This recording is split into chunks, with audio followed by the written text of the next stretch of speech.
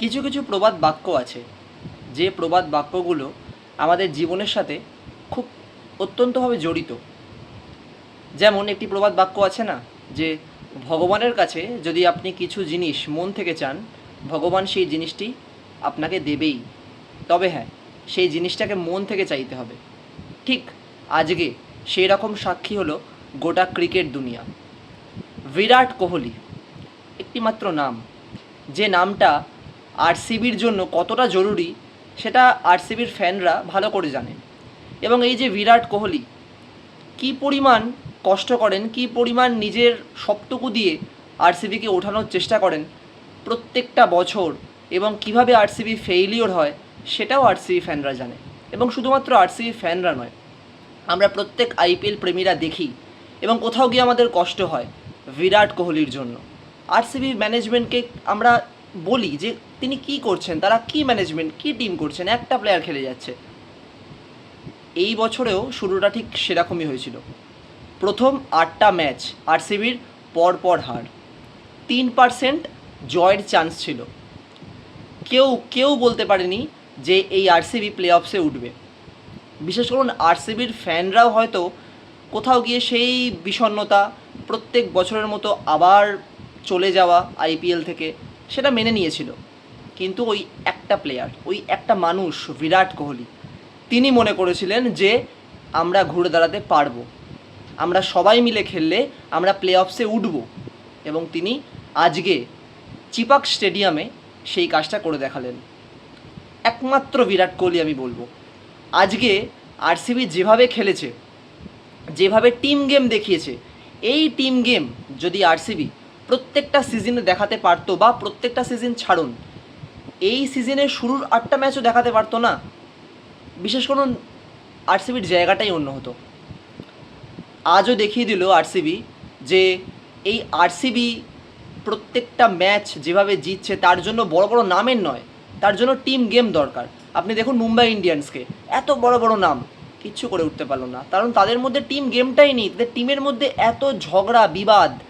আজকে আরসিবি বিরাট কোহলি সেটা করে দেখিয়েছে। Hats off Virat Kohli. এবং আর একটা প্লেয়ারকে আমি বলতেই পারি, এবং তাকে না বললে সত্যিই আমার খুব বড় ভুল হয়ে যাবে, সেটা হচ্ছে জ্যাক, উইল জ্যাক। যেভাবে মধ্যিখানে এসে আরসিবিকে সামাল দিয়ে আবার তিনি চলে গেলেন, অসাধারণ, জাস্ট অসাধারণ। আজকের যে ম্যাচ ছিল, সেই ম্যাচ ছিল চেন্নাই বনাম আরসিবি। নিশ্চয়ই সবাই ম্যাচটি দেখেছেন, যারা দেখেননি তাদের জন্য এই ছোট্ট একটা রিভিউ বলে দিচ্ছি। কিন্তু এটা রিভিউ থেকেও আমার খুব বলতে ইচ্ছে করছে আরসিবির যে ফাইট ব্যাক, যে ফিরে আসা, যে যুদ্ধ। আজকে আরসিবির জেতার কি কন্ডিশন ছিল, যে 18 রানে জিততে হবে। যখন চেন্নাই ফার্স্ট বল নিল, তখন আরসিবির এটাই মাথায়, বা আরসিবির এটাই কোয়ালিফিকেশান রুল ছিল, যে আরসিবি যত রান করবে তার থেকে 18 রান মাইনাস দিয়ে দেবেন, মানে 18 রানে আরসিবিকে জিততে হবে। তো সেক্ষেত্রে 200 তো করতেই হবে, এটা প্রথম আরসিবির একটা টার্গেট ছিল, তা না হলে তো জেতা সম্ভব না। আচ্ছা, এরপরে আরসিবি শুরু করলো। তার আগে মানে কাল অবধি, আপনারা যদি জানেন না হয়তো সেটা বলে রাখি, কাল অবধি এই ম্যাচটা মানে আজকের ম্যাচটা হওয়ার চান্স ছিল 60-40, যেভাবে বৃষ্টি পড়ছিল। তবে একটাই পজিটিভ পয়েন্ট ছিল, যে চিপাক স্টেডিয়ামে জল খুব তাড়াতাড়ি সোপ হয়। তো এটা নিয়ে আরসিবির মধ্যে একটা দ্বিধা দ্বন্দ্ব, এবং ফ্যানবেসের মধ্যে একটা চলছিল যে ঠাকুর যাতে ম্যাচটা হয়। এবং 3 দিন টানা বৃষ্টি হয়েছে, দেখুন আজকেই কোনো বৃষ্টি নেই, বৃষ্টি হয়েছিল, আসছি পরে। দেন যখন আরসিবি ম্যাচ শুরু করলো, বিরাট কোহলি এবং ফাফ ডুপ্লেসিস অসাধারণ শুরু করলো। কিন্তু ওই আবার বৃষ্টি, ঠিক 3 কি 4 ওভারের মাথায়, যখন রান রেট মোটামুটি 10-এর অ্যাভারেজ, তখন এলো বৃষ্টি। এবং এই বৃষ্টি যখন এলো, তাতেই অনেকে একদম মানে বিমর্ষ হয়ে গেল। আরসিবির ফ্যানরা, বিরাট কোহলি, তারা চাইছে যে যাতে বৃষ্টি না হোক, কারণ যদি বৃষ্টি হয় তো চেন্নাই এমনিই যেতে যাবে, আর চেন্নাই তো খুশি। এই একটা বাধা আবার এলো, মানে ধরুন মানে প্রথম 8টা ম্যাচ হার, তারপরে পরপর ম্যাচ জেতা, তারপর লাস্ট কোয়ালিফিকেশান ম্যাচে এসে যদি বৃষ্টি হয়, এর থেকে খারাপ লাক মনে হয় না আর কিছু হতে পারে। তো তারপর বৃষ্টির পর কি হলো, বৃষ্টির পর খেলা শুরু হলো, এবং সেটা আবার সবাই চেন্নাইরা, আরসিবিয়ান যারা আছে, তারা বেশ আনন্দে উৎফুল্লিত হলো যে খেলা শুরু হচ্ছে। কিন্তু এমন এক ট্রিকি পিচ হয়ে গেল, যে পিচে বল বিশাল পরিমাণে ঘুরছে, মানে গোটা আইপিএল ম্যাচে এইরকম পিচ দেখা যায়নি, হঠাৎ করে যেটা হলো। তো তাতে কি হলো, তাতে মধ্যিখানে রান রেটটা কমতে আরম্ভ করলো। 200 রান করা খুব ডিফিকাল্ট, কিন্তু 200 করতেই হবে। কিন্তু সেই আরসিবি, সেই বিরাট কোহলি, সেই ডুপ্লেসিস করে দেখালো। শুধুমাত্র আরসিবির বিরাট কোহলি আজকে নয়, ফ্যাব ডুপ্লেসিস থেকে আরম্ভ করে Virat Kohli, Cameron Green, Maxwell, Rajat Patidar সবাই সবার মতো যথাসাধ্য চেষ্টা করে রানটা 218 দোরগোড়ায় করলো।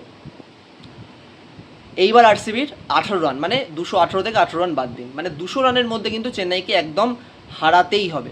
আর চেন্নাই টার্গেটটা একদম সোজা, চেন্নাই যদি 218 রান নাও করতে পারে নো প্রবলেম, 200 করুক, তাহলেই চেন্নাই টপ 4-এ উঠে যাবে।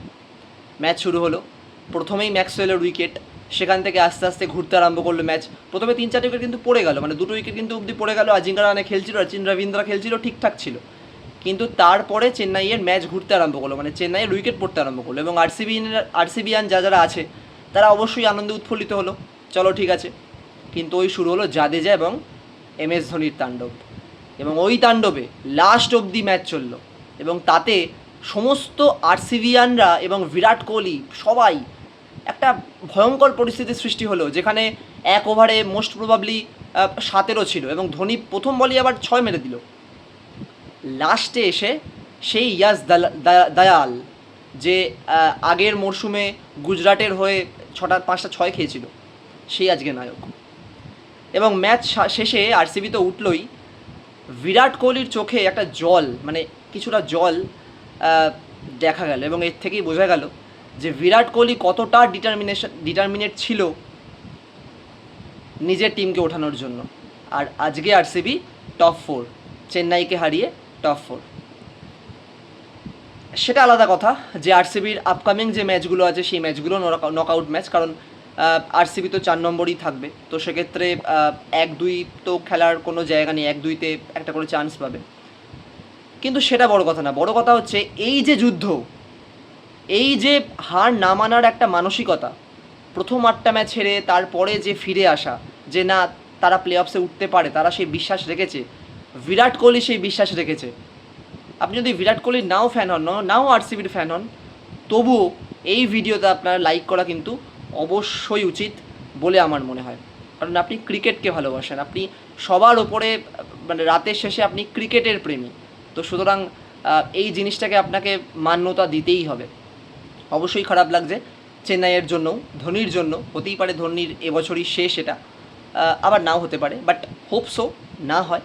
বাট আজকের পুরো লাইমলাইটটা কিন্তু আরসিবি, এবং পুরো লাইমলাইটটা কিন্তু বিরাট কোহলি। তবে হ্যাঁ, আবারও বলছি, উইল জ্যাক যিনি ছিলেন তাকে কোনোদিনই ভোলা যাবে না, তাকে কখনও ভোলা যাবে না। তিনি যেভাবে খেলেছেন এসে জাস্ট অনবদ্য।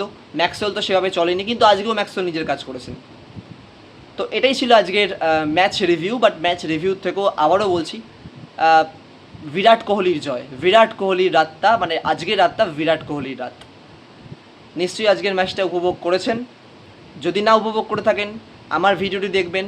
আমার ভিডিওটি দেখলে যদি আপনার ভালো লাগে তো অবশ্যই লাইক করবেন, সাবস্ক্রাইব করবেন, শেয়ার করে দেবেন, অবশ্যই সাপোর্ট করবেন, পাশে থাকবেন। আবারও আসছি, আপকামিং একটা বড় ইভেন্ট আছে, আইপিএলের প্লে অফস আছে, আইপিএলের ফাইনাল আছে, এবং তারপরে ওয়ার্ল্ড কাপ। সমস্ত আপডেট পেতে আমার ক্রিকপিক চ্যানেলটাকে ফলো রাখবেন। আপাতত শুভরাত্রি।